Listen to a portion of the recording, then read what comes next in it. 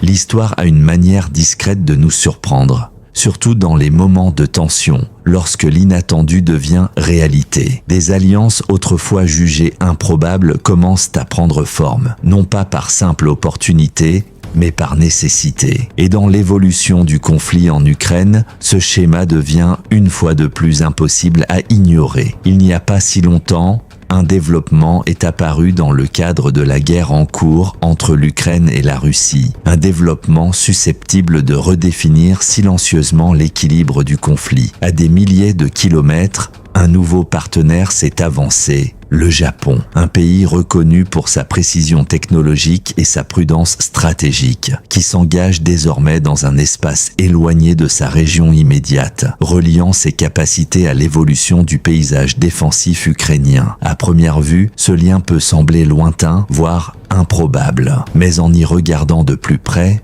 une autre réalité commence à émerger. Ces derniers mois, l'Ukraine a subi une pression aérienne constante, des vagues de drones traversant le ciel nocturne, testant les défenses, cherchant la moindre faille. Ces affrontements ont mis à l'épreuve non seulement les systèmes militaires, mais aussi la viabilité économique des réponses apportées, car chaque interception a un coût. Et dans les conflits modernes, le coût peut être aussi déterminant que la capacité. Puis est venu un tournant. Le 31 mars, un nouveau chapitre s'est ouvert en toute discrétion. Il n'a pas été marqué par une annonce spectaculaire, ni par un changement soudain sur la carte, mais par quelque chose de bien plus subtil. L'introduction d'une nouvelle idée, un concept capable de transformer la manière dont les menaces aériennes sont traitées. Au cœur de ce changement se trouvent deux entreprises, l'une japonaise, l'autre ukrainienne, unies par un objectif commun.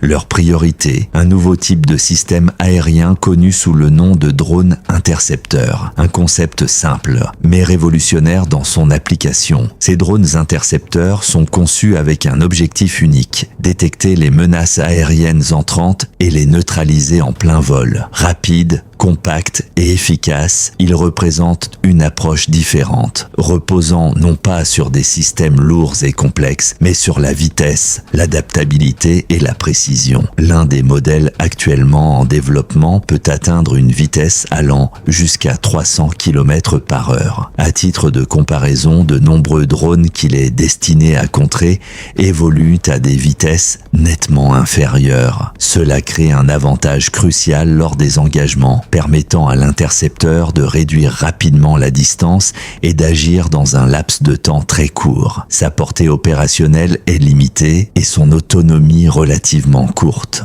Mais c'est précisément l'objectif. Ces drones ne sont pas conçus pour des missions prolongées. Ils sont conçus pour des instants décisifs. Alimentés par des systèmes électriques, ils se déplacent avec un bruit minimal et une signature thermique réduite, rendant leur détection plus difficile. Dans un environnement où la visibilité peut déterminer l'issue, cette discrétion devient un atout majeur. Mais l'aspect le plus déterminant de ces drones ne réside pas seulement dans leur fonctionnement. Il se trouve aussi dans leur coût. Les systèmes traditionnels de défense aérienne, bien que très performants, sont souvent coûteux à déployer. Dans certains cas, intercepter un seul drone peut nécessiter un missile valant des millions. Imaginez maintenant ce scénario se répétant nuit après nuit face à des centaines de cibles. Il devient évident que le défi n'est pas seulement technique, il est aussi économique. Les drones intercepteurs proposent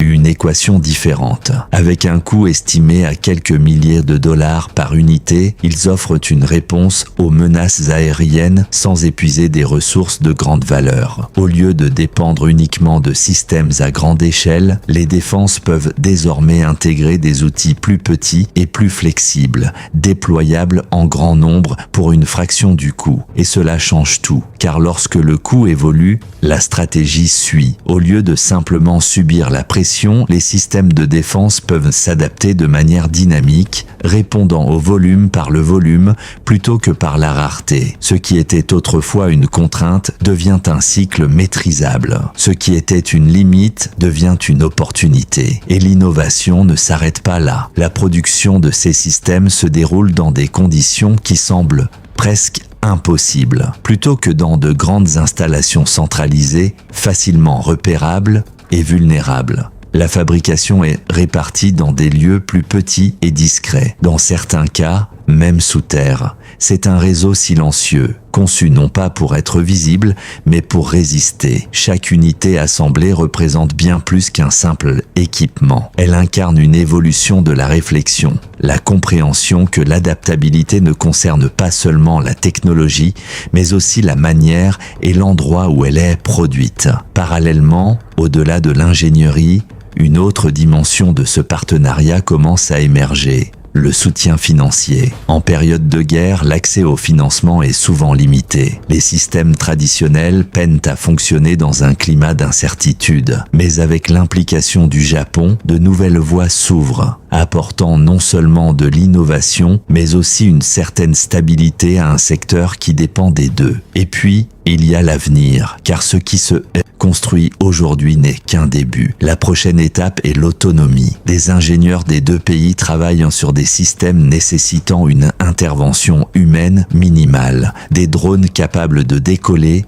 d'identifier des cibles et de réagir de manière indépendante, non pas pour remplacer la supervision humaine, mais pour gérer l'échelle. Car lorsque l'activité aérienne augmente simultanément dans plusieurs directions, les opérateurs humains ne peuvent pas tout gérer seuls. Les systèmes autonomes offrent une solution pour maintenir une couverture continue, efficace et sans délai. C'est un concept qui relevait autrefois de la théorie et qui progresse désormais vers la réalité. Mais cette collaboration va encore plus loin. L'Ukraine, forte de son expérience dans les systèmes sans pilote, aériens comme maritimes, est désormais en mesure de partager ce savoir. En retour, elle cherche à obtenir des technologies défensives avancées, créant ainsi un échange équilibré dont les deux parties bénéficient. Pour le Japon, cette expérience revêt également une importance stratégique. En tant que nation entourée par la mer et confrontée à des défis régionaux en évolution, la capacité à adapter des technologies éprouvées devient de plus en plus précieuse. Ainsi,